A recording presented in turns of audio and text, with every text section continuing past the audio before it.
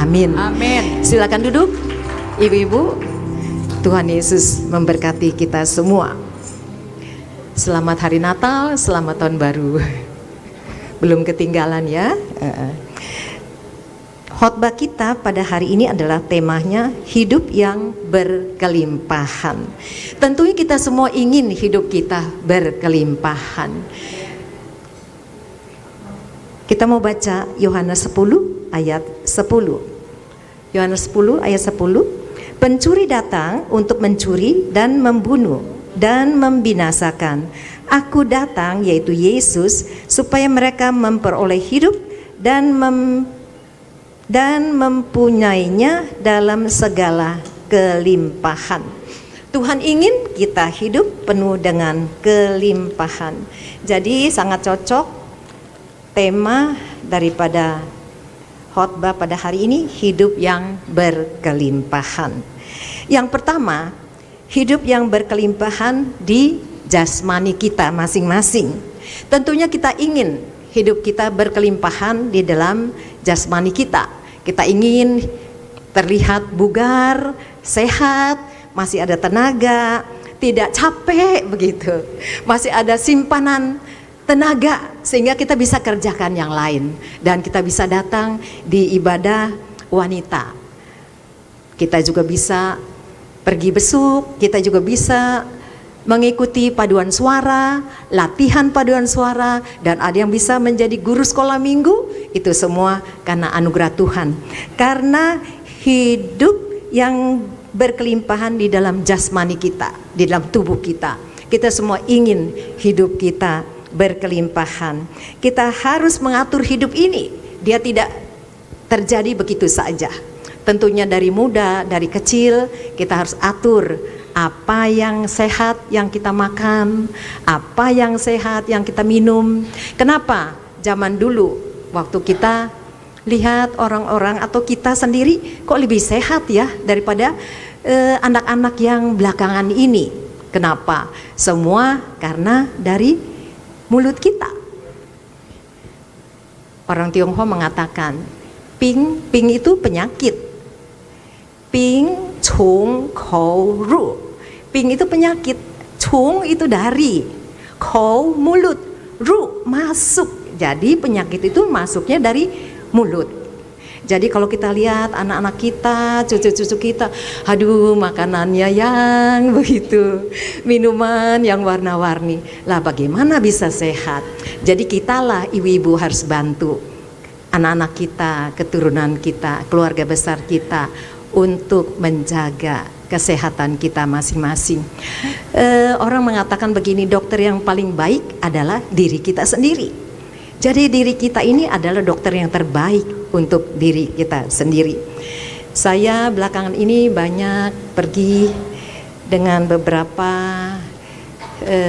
ibu-ibu, bukan saja dari gereja sini, tapi dari gereja bermacam-macam gereja juga saya diminta untuk bersama dengan mereka pergi. Saya bersyukur di mana saya masuk, yang tadinya ada yang kurang suka gitu, kurang senang, saya masuk, mereka bisa sukacita. Hendaklah kita seperti itu semua. Bukannya kita menciptakan masalah, tetapi kita dapat menyelesaikan masalah yang ada di dalam grup kita, di grup manapun. Tentunya saya percaya ibu-ibu mempunyai banyak grup arisan, grup tetangga, grup pendalaman Alkitab, dan grup daripada paduan suara. Biarlah kita bisa hidup penuh berkelimpahan di dalam jasmani kita masing-masing. Kita harus atur hidup ini sesuai dengan firman Tuhan. Alkitab mengatakan kita harus merawat tubuh ini. Tentunya tidak langsung mengatakan rawat tubuh ini, tidak ya. Kita tahu doa Bapa kami di dalam Matius 6 ayat 11 dikatakan, berilah kami pada hari ini makanan kami yang secukupnya. Jadi kita harus belajar makan secukupnya. Para ahli mengatakan 80% kenyang sudah cukup. Saya di mana-mana sekarang sudah terkenal imannya teguh. Maksudnya Imannya teguh tuh, ditawarin makanan apa, minuman apapun, nggak saya jamah. Karena saya ingin sehat jasmani saya. Kalau jasmani saya sehat, saya terlihat bugar gitu. Saya masih ada tenaga ekstra, bisa khotbah mendadak. Kemarin baru saya dikasih kabar di WA oleh Ibu Roma, Bu, minta maaf mengganggu, Bapak Gembala minta Ibu berkhotbah. Pada Bapak Gembala belum bilang apa-apa ke saya. Saya bilang, oh terima kasih Roma, terima kasih. Ya, kita semua harus merawat jasmani kita. Kita harus mempunyai tenaga ekstra. Karena kita penolong. Pertama-tama kita menolong diri kita dulu. Yang masih mempunyai suami, kita ada penolong bagi suami kita. Yang punya anak, yang punya cucu, punya mantu, kita juga penolong bagi mereka. Jadi selain Matius 6 ayat 11 berkata, berikanlah kami pada hari ini makanan kami yang secukupnya. Di dalam Amsal 23 ayat 2 dikatakan, taruhlah sebuah pisau pada lehermu bila besar nafsumu, nafsu makan kita. Jadi kita harus hati-hati. Saya banyak sekali ke RSCM, temanin Esther, puji Tuhan. Ginjal kiri sudah diangkat yang dari rahim saya di tahun 2023 Desember yang lalu. Lalu puji Tuhan atas bantuan doa saudara-saudara semua, di tahun 2025 sudah dapat ginjal baru, ada yang menyumbang ginjal ya. Lalu di 9 Desember 2025 ginjal kanannya harus diangkat karena bermasalah. Setelah transplant 1 bulan buang air kecilnya selalu sakit dan disertai dengan darah. Dikirain dokter, Esther kan orangnya lebih pendek dari saya. Jadi dokter mengatakan begini, mungkin kawatnya yang dipasang waktu transplant terlalu panjang. Kamu orangnya pendek. Saya kaget, rupanya orang transplant dikasih kawat juga di dalam begitu. Ini sudah 1 bulan, ya udah boleh diangkat lah kawatnya. Mungkin kawatnya yang membuat pipisnya sakit dan keluar darah. Itu menurut profesor ya. Kenal lah semua profesor yang ahli ginjal kalau saya sebutkan namanya. Jadi diatur untuk diangkat kawatnya itu, sekalian angkat selang cuci darahnya. Tapi masih begitu terus sampai masuk di rawat 3 kali, tensi atas bawah rendah sekali, hampir pingsan. Saya panggil ambulan,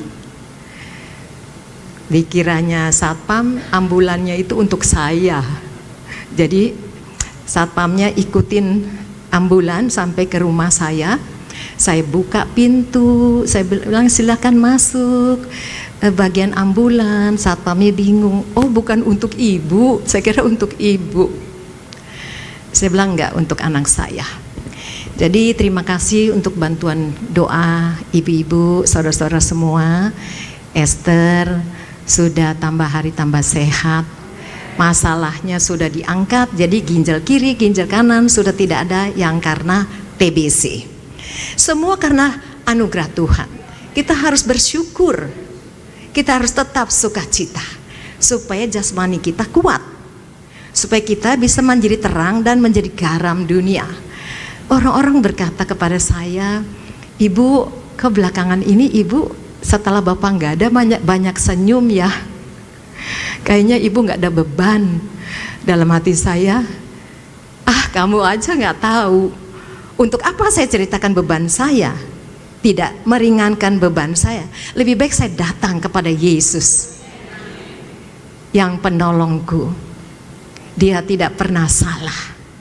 Apapun yang dia perbuat adalah baik untuk saya dan untuk anak-anak saya. Biarlah kita juga mau seperti apa yang Alkitab katakan. Bersukacitalah di dalam Tuhan. bersukacitalah senantiasa, bergembiralah, karena hati yang gembira adalah obat yang manjur. Jadi kalau ada yang sakit, jangan takut, gembira saja. Saya bersyukur kepada Tuhan, sampai hari ini saya tidak ada sakit apa-apa. Saya bersyukur kepada Tuhan. Mari kita sama-sama jaga jasmani kita supaya tetap kuat, tetap sehat, sehingga kita dapat melayani banyak jiwa.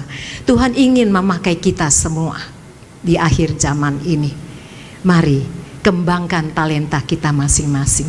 Gunakan talenta yang Tuhan berikan untuk kita. Kita pasti bisa berkelimpahan di dalam jasmani kita. Kita sehat, kita bugar, kita kuat, masih ada tenaga sisa, kita bisa pergi besuk. Kita bisa menjangkau jiwa-jiwa yang belum terjangkau. Inilah harapan daripada Tuhan, kelimpahan yang Tuhan berikan untuk jasmani kita. Cara makan kita juga harus atur, cara minum kita juga kita harus atur. Puji Tuhan, saya dari kecil tidak suka nyemil-nyemil. Saya dulu warga negara asing, tidak bisa sekolah Indonesia, jadi sekolahnya sekolah Mandarin. Saya bingung, itu guru saya kenapa ya? Kok bisa tahu gitu kalau saya ada satu hari pergi makan dengan orang tua saya. Besokannya saya dihukum berdiri di kantor guru. Saya sampai bingung kenapa saya dihukum begitu. Saya kan tidak ribut di dalam kelas. Lalu guru bertanya begini, tahu nggak salah kamu apa? Saya bilang, aduh saya nggak tahu salah saya apa. Pikir kemarin kemana? Kemarin kemana? Bingung saya. Kemana gitu, kan pergi sama orang tua saya makan begitu, kok ada yang tahu gitu. Dia bilang begini, guru saya, tidak boleh makan di luar, bilang sama orang tua kamu, makan di rumah, jangan makan di luar. Kalau makan di luar nanti dihukum lagi ya, bilang begitu.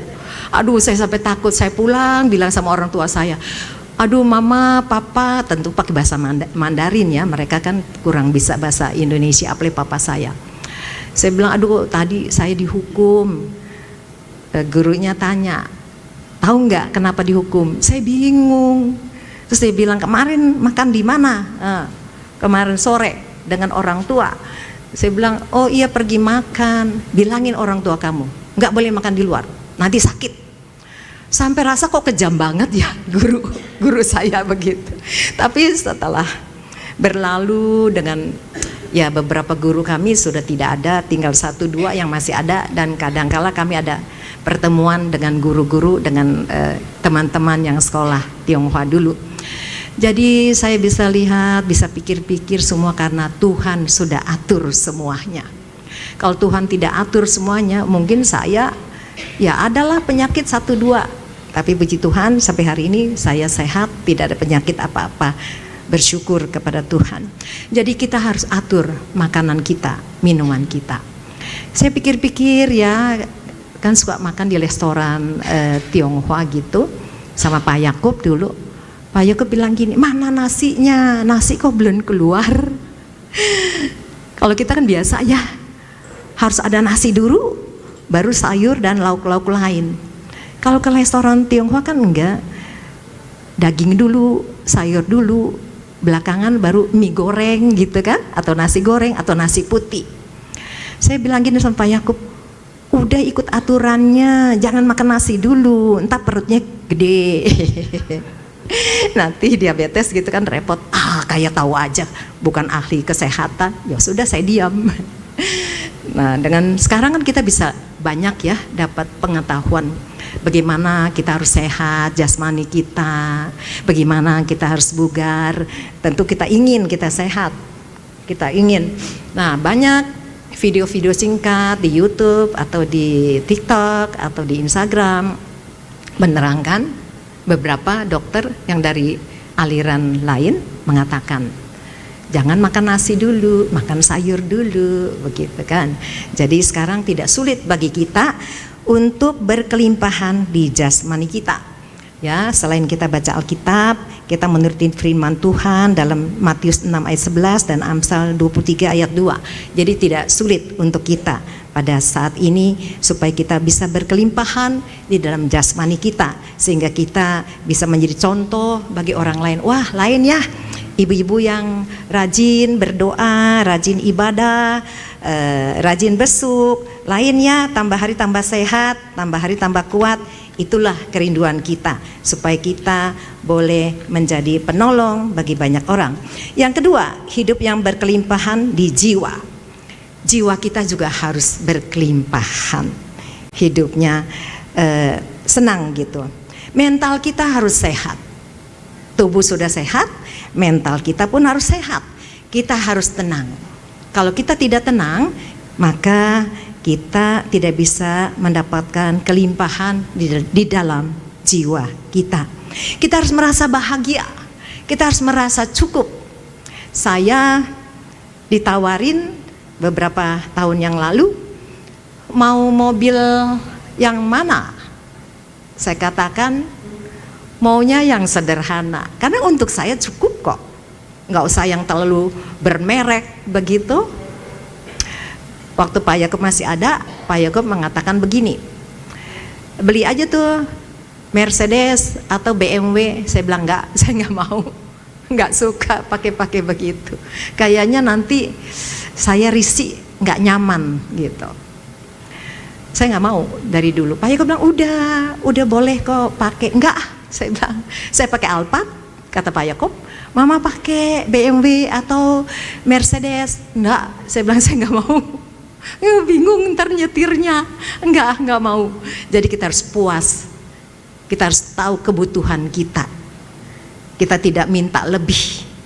Itulah yang membuat kita berkelimpahan di dalam jiwa kita. Kita akan merasa puas. Kalau kita lihat orang lain pakai gelang sampai banyak, sampai kinclong-kinclong begitu, kita tidak akan iri, tidak akan marah kepada suami. Lihat tuh tetangga, ini rame begitu, gitu. Ini keleng semua. Tapi kalau jiwa kita sudah berkelimpahan, kita tidak akan marah kepada suami kita. Kalau suami kita nggak pernah beliin apa-apa, atau suami kita berkata, nanti ya mah, saya kasih yang bening itu, yang putih-putih begitu, yang harga 1 miliar, tato nggak jadi, aduh kita kesel, yang rugi kita. Bagaimana kehidupan jiwa kita bisa berkelimpahan? Kita harus hadapi semuanya dengan senyum. Hadapi semua dengan senyum. Saya begitu. Setelah suami nggak ada, saya hadapi semua dengan senyum. Apapun yang datang, saya hadapi semua dengan senyum, dengan senyum, dengan senyum. Karena apa? Saya ingin jiwa saya berkelimpahan, jiwa saya sehat. Kalau saya punya tubuh sehat, saya punya jiwa sehat, maka anak yang saya lahirkan 2 orang, laki-laki dan perempuan, mereka tenang. Mereka nggak was-was, nggak jadi beban untuk mereka. Tapi kalau jasmani saya sakit, jiwa saya sakit, anak saya akan bingung, kelimpungan. Aduh, ini si mami gimana ya, begitu. Ini gimana ini, begitu. Tapi kalau kita ibu-ibu, ya, jasmani kita, jiwa kita berkelimpahan. Anak-anak kita bangga sekali, bangga. Hari ini Pendeta Yohanes tidak bisa berkhotbah karena ada rapat di BPH. Jadi bilang ada rapat di BPH, saya jadi ingat tahun lalu. Kan saya jarang hadir di pertemuan wanita, pengurus wanita, sudah lama saya tidak hadir. Ada 10 tahun lebih sejak Pak Yakub sakit yang pertama. Jadi pengurus wanita ada beberapa tanya dengan Pendeta Yohanes, mami gimana mami, udah lama nggak ketemu, salam ya. Oh iya ya, nanti disampaikan. Sehat si maminya sehat. Apa kata Pendeta Yohanes Nahuai? Sehat, masih pakai hak tinggi, kecil lagi. Dia nggak percaya ibu itu. Ada seorang ibu pengurus daripada PP, suaminya meninggal Jadi saya pergi. Nah, ibu itu dilihatinin saya dari bawah ke atas, atas ke bawah, dia liatin. Bu, kemarin saya ketemu anak ibu, sering deh saya ketemu anak ibu. Terus saya tanya, salam ya buat mami, udah lama gak jumpa, apakah sehat? Jawabnya bukannya sehat gitu, bilangnya, masih pakai hak tinggi kecil lagi. Dalam hati saya, kita udah nggak kuat pakai hak tinggi kecil lagi, yang gede juga nggak kuat, ya kayak ulekan begitu nggak kuat, apalagi kecil tinggi lagi. Sekarang saya lihat, maaf ya Bu, jadi saya lihat begini, bener ya, apa sih rahasianya? Saya bilang hati mesti gembira. Orang mau ngomong apa, biarinin aja, jangan apa-apa ketakutan, apa-apa ketakutan. Kalau kita ketakutan, waduh, jiwa kita akan rusak. Nanti kita lihat video ya, saya udah siapkan 2 video singkat. Jadi kita harus pelihara jiwa kita juga. Kita harus positif memikirkan semua hal. Orang mau bilang apa, biarinin aja. Dalam hati mengatakan apa? Nggak kena ya, nggak kena gitu. Tapi dalam hati jangan dikeluarin ya. Kita harus percaya diri. Kita harus katakan kepada diri kita, saya sehat, saya masih berguna.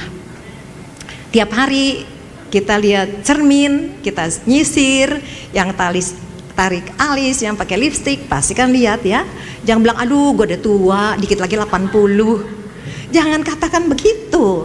Kita harus katakan, aku masih sehat, aku masih muda daripada tahun yang akan datang. Iya dong, tahun yang akan datang kita lebih muda dong hari ini ya, tahun 2026 harus begitu. Yang bilang, aduh gue udah tua, aduh apa-apa udah gak bisa. Dia akan pengaruhi jiwa kita. Apa-apa takut, apa-apa takut, apa-apa takut, apa-apa takut. Kalau kita takut, wah bagaimana jiwa kita bisa berkelimpahan. Kita harus jadi berkat buat anak-anak kita. Anak-anak kita tenang, oh mami mau pergi ya, opung mau pergi ya ke wanita, ya udah pergi, hati-hati ya, begitu. Nggak bilang, udahlah jangan pergi, udah umur tua, ntar jatuh, aduh jangan. Walaupun di depan itu sudah ada ya halte gitu, udah deh jangan dah, aduh apalagi yang habis hujan, aduh jangan. Tapi kalau kita selalu lihat cermin, kita katakan, aku masih muda daripada tahun 2030, ya dong, lebih muda kan. Mengatakan aku masih bisa bekerja, aku masih bisa menolong anak-anak dan keturunanku, aku masih bisa menolong gereja, aku bisa menangkan banyak jiwa untuk gereja, aku bisa menangkan jiwa orang-orang yang lemah. Maka jiwa kita akan kuat, kita akan berkelimpahan di dalam jiwa kita. Kita tidak akan depresi, kita tidak akan depresi. Kita akan kuat menghadapi semuanya. Pikiran kita dipenuhi dengan ucapan syukur. Karena pikiran kita ini sangat berkuasa. Saya sering kan mengatakan, saya tidak bawa mangga asam, tidak bawa jeruk asam, tapi suruh pikir 5 menit. Belum sampai 5 menit sudah bereaksi, air liur keluar. Kenapa? Karena pikiran kita ini sangat berkuasa. Sebentar saja sudah bisa merubah pola pandang kita, pola pikir kita, langkah kita. Oleh sebab itu Alkitab pun mengatakan, pikirkanlah yang baik, pikirkanlah yang mulia. Biar kita mau banyak baca Alkitab. Dengan banyak baca Alkitab, maka kita akan kuat, kita akan berkelimpahan di dalam jiwa kita. Kita mau lihat dulu video singkat, ada 2. Nhé, để anh pha màu đá. Ngoa nào mình sắp thành hồ con rồi. Vậy tốt lắm, giữ yên nhé. Vậy xong rồi đấy, nhìn này, tốt lắm, y như hồ thiệt luôn. Xong rồi đấy, nhìn này, y như hồ thiệt luôn.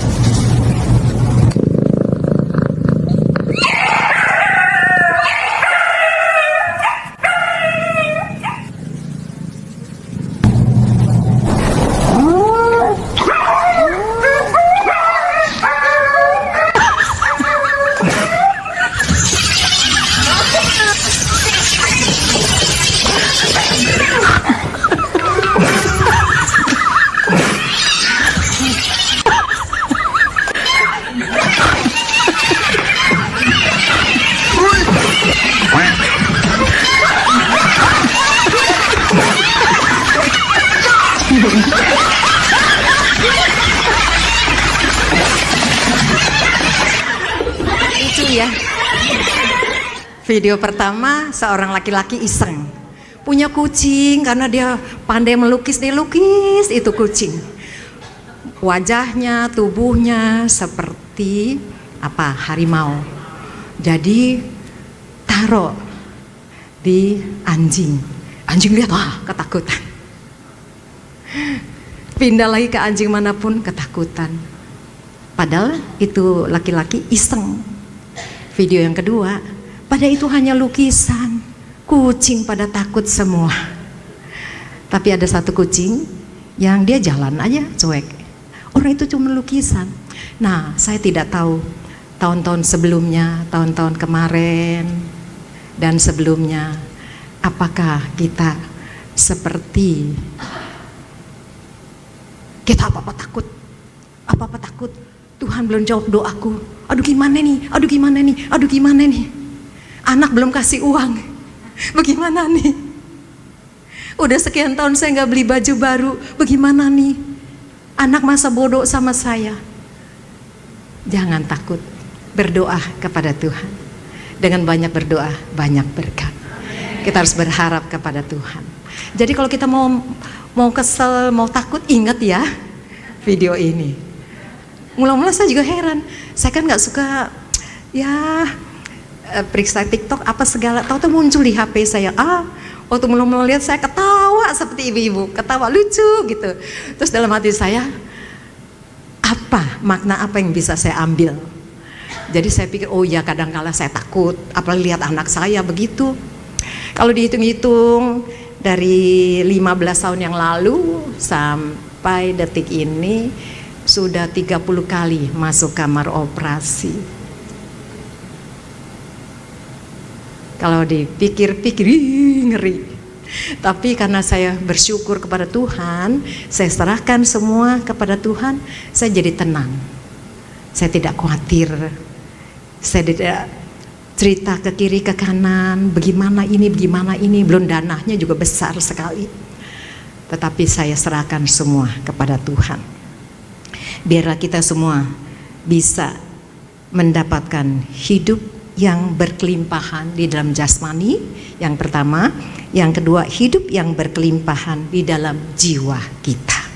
Sehingga kita tidak sia-sia beribadah, kenal Tuhan, percaya Tuhan, dan memakai nama Yesus di dalam setiap keadaan. Kita harus pikirkan yang baik-baik untuk diri kita. Kalau kita pikirkan yang baik-baik untuk diri kita, maka kelimpahan dalam jasmani, di dalam jiwa akan kita dapat. Yang ketiga, hidup yang berkelimpahan di dalam roh kita.